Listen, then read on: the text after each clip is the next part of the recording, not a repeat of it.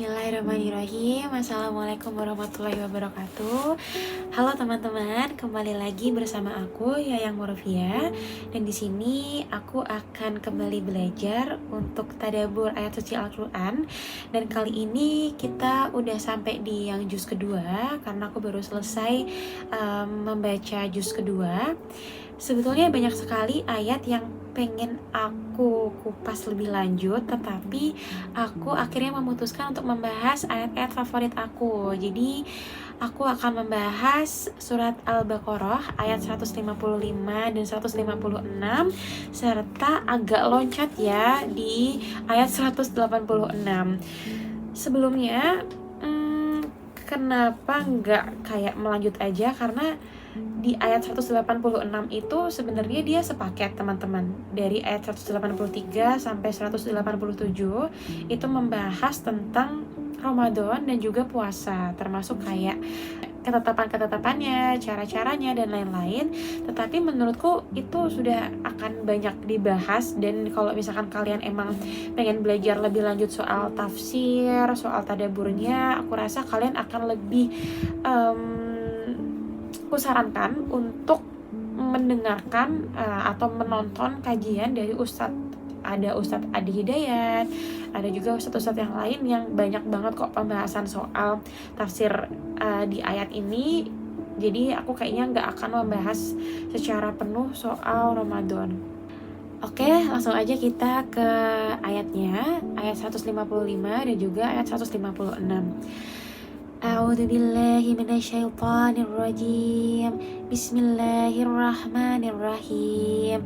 Walanabluwannakum bisyai'im minal khaufi wal ju'i wa naqsim minal amwali wal anfusi wath thamarat.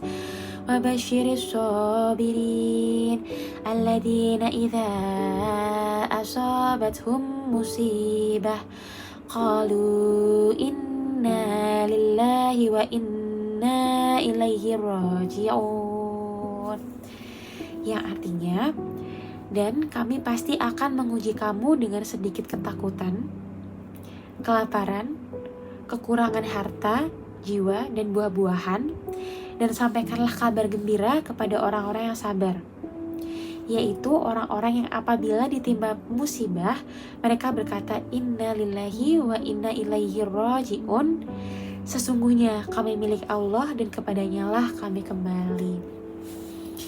Masya Allah ya. Jadi waktu aku dengar ayat ini itu, terutama kan kita sebenarnya sering banget ya dengar inna lillahi wa inna ilaihi raji'un, cuma biasanya kita melafalkan atau bilang kata-kata itu ketika orang meninggal aja gitu. Padahal sebetulnya kalau kita ditimpa musibah apapun, musibah yang sifatnya besar atau musibah yang sifatnya kecil, baiknya kita memang mengucapkan ini teman-teman, atau innalillahi wa inna ilaihi raji'un ini. Mungkin aku bahas dulu dari awal ya, di ayat 155. Allah itu pasti ngasih ujian kepada hambanya.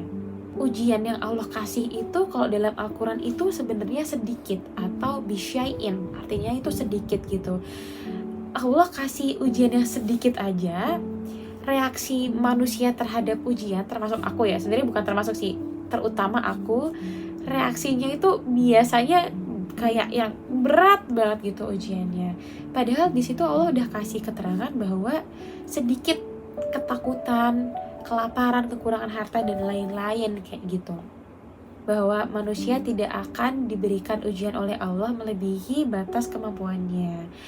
Ujian sebagai perempuan misalkan, atau ujian sebagai pelajar, ujian sebagai rakyat, atau mungkin ujian sebagai peran-peran kita di dunia ini, itu pasti Allah kasih gitu. Nah, di sini Allah juga bilang kan sedikit ketakutan gitu. Kalau misalkan aku tarik ke ayat-ayat sebelumnya, sebenarnya ini lagi ngomongin soal jihad dan juga perang sih. Jadi kalau kita kaitin ke yang sekarang, mungkin ketakutan itu bisa juga gitu kan. Kadang kita kalau misalkan berjihad di jalan Allah, kadang kita suka merasa takut. Cuma sebenarnya in general kita kan juga sering takut gitu kan. takut akan masa depan gitu, takut akan respon dari masyarakat, atau ketakutan-ketakutan yang lain kayak gitu. Dan itu merupakan salah satu ujian yang memang Allah kasih gitu. Yang kedua, Allah bilang sedikit kelaparan ya. Kalau aku dengerin kajiannya dari Ustadz Adi Hidayat, kelaparan di sini sebenarnya merujuk ke Allah kan mewajibkan kita untuk bertakwa, salah satunya dengan puasa. Nah, puasa itu sebenarnya bentuk ujian Allah juga dalam memberikan sedikit ujian kelaparan gitu.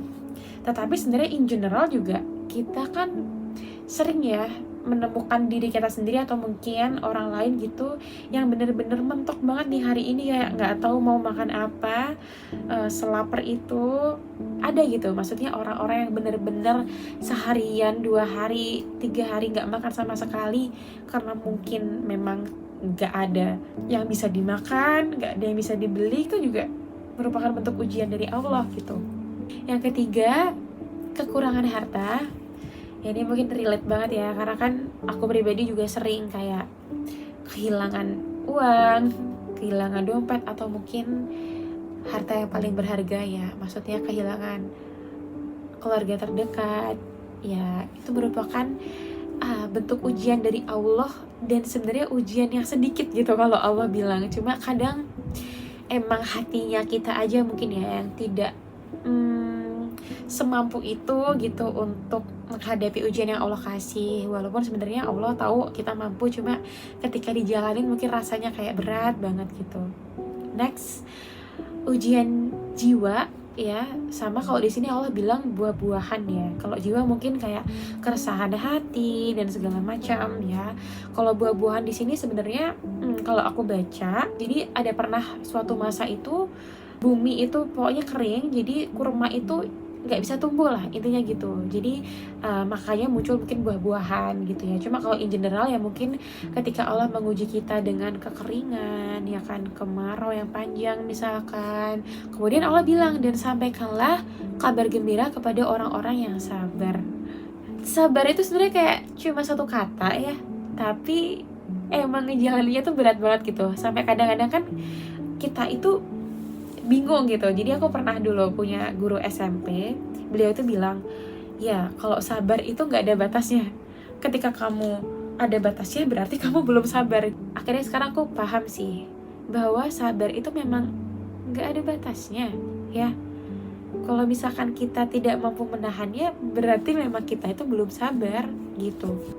Siapa sih dari sekian banyak ujian-ujian yang Allah kasih ke makhluknya Allah itu, siapa sih yang paling dicintai sama Allah gitu?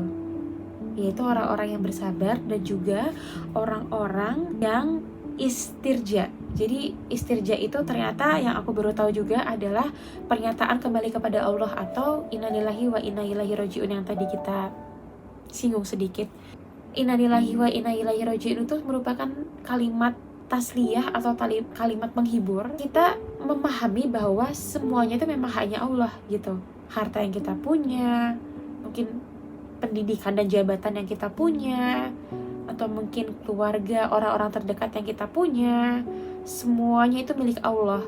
Dan ketika kita benar-benar yakin itu milik Allah, ketika diambil atau dikurangi, ya innalillahi wa inna ilaihi rajiun, sesungguhnya kami milik Allah dan hanya kepadanya lah kami kembali. Kayak rezekiku, hidupku, hartaku, apapun yang terjadi itu semuanya ketetapan Allah.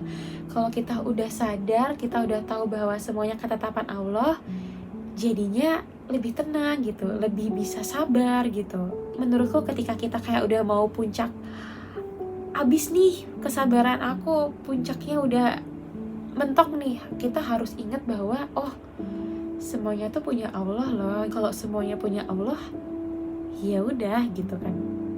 Emang kita cuma dititipin, dipinjemin. Jadi ketika memang Allah ambil ya nggak apa-apa gitu. Walaupun emang ngomongnya segampang itu ya, tetapi emang ngelakuinnya begitu berat. Tetapi itulah ya challenge-nya jadi manusia yang memang bertakwa kepada Allah dan juga yakin sama janji-janji Allah kayak gitu. Aku pernah dengar suatu cerita juga sih. Jadi ada seorang wanita itu kemudian dia terjatuh, terpeleset sampai kukunya itu lepas.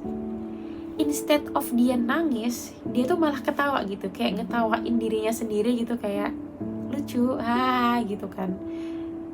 Terus sahabatnya, temennya itu kayak nanya gitu, kamu gimana sih, orang jatuh sampai kuku kamu lepas kayak gitu kok kamu malah ketawa gitu kan.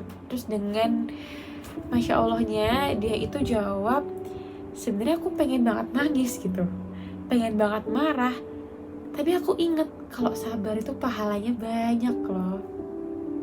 Dan bener banget sih, jadi kadang ketika kita marah atau ketika kita kayak nangis, sedih itu juga sebenarnya nggak menyelesaikan masalah, walaupun itu valid ya untuk dilakukan. Kalau kita kehilangan gitu ya, apakah kemudian secara bim salabim akan langsung kita dapatkan lagi gitu kalau kita meluapkan emosi kita? Kan nggak juga gitu. Jadi kalau dari ayat 155 sampai 156 ini sebenarnya aku pun jarang ya, aku mengucapkan innalillahi wa inna ilaihi rajiun itu sangat-sangat jarang. Aku hanya mengucapkan itu ketika emang ada seorang yang meninggal. Padahal sebenarnya kalimat ini tuh kalimat menghibur gitu loh. Aku mungkin mulai sekarang juga akan mengucapkan kalimat ini sih di setiap ujian atau musibah yang aku alami, meskipun itu ujian yang kecil. Next ke ayat 186 yang tadi aku bilang sebenarnya enggak nyambung ya. Dan sekali lagi, ini ayat itu sebenarnya nggak berdiri sendiri, karena sebenarnya kalau kita mau bahas dari ayat 183 sampai ayat 187 itu satu paket tentang Ramadan dan puasa. Aku tidak akan membahas semuanya karena silakan menonton channel ustadz yang pasti akan lebih daging gitu daripada pembahasan belajarku kali ini. Cuma ini tuh favorit aku banget karena setiap ngerasa sedih gitu ya, terus kayak ngerasa capek, ngerasa overwhelmed gitu, ayat ini tuh kayak romantis banget menurutku, seromantis itu. Jadi kita baca aja ya. Bismillahirrahmanirrahim.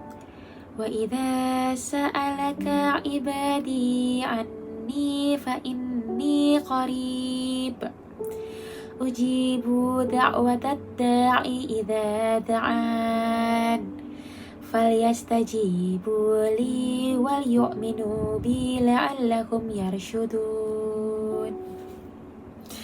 Artinya, dan apabila hamba-hambaku bertanya kepadamu Muhammad tentang aku, maka sesungguhnya aku dekat. Aku kabulkan permohonan orang yang berdoa apabila dia berdoa kepadaku. Hendaklah itu mereka memenuhi perintahku dan beriman kepadaku agar mereka memperoleh kebenaran. Emang romantis banget ya. Rahmat Allah itu mendahului segala prasangka kita gitu. Dan cinta Allah itu mengalahkan segala potensi murkanya Allah. Bahkan kan Allah lebih menyukai orang-orang yang bermaksiat kemudian ia bertobat daripada orang-orang yang saleh tapi dia tidak pernah merasa bahwa dirinya itu melakukan kesalahan. Dan ketika Allah bilang, maka sesungguhnya aku dekat,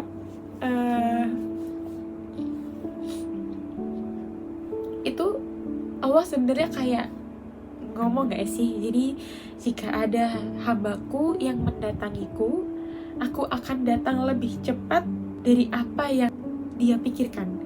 Artinya kalau kita mau datang ke Allah dengan cara berjalan, Allah akan datang kita duluan dengan cara berlari. Aku gak bisa.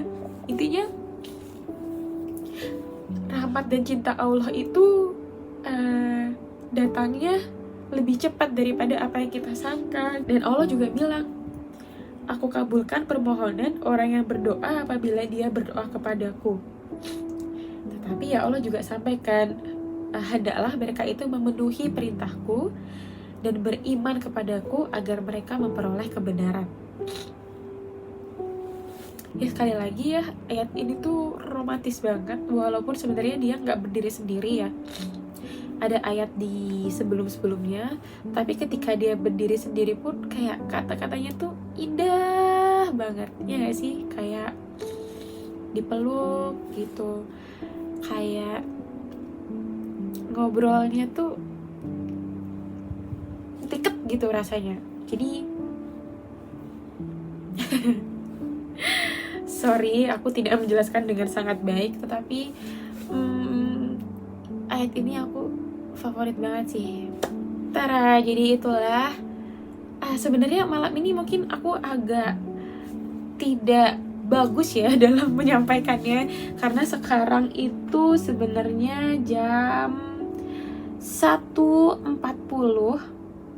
Jadi udah mendekati sahur ya. Aku biasanya sahur jam 3 subuh.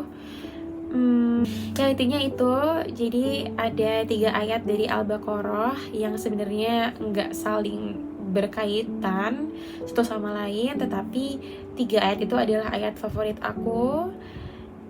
Dan kita lanjut di ayat yang aku pilih di juz ketiga di hari ketiga insya Allah ya.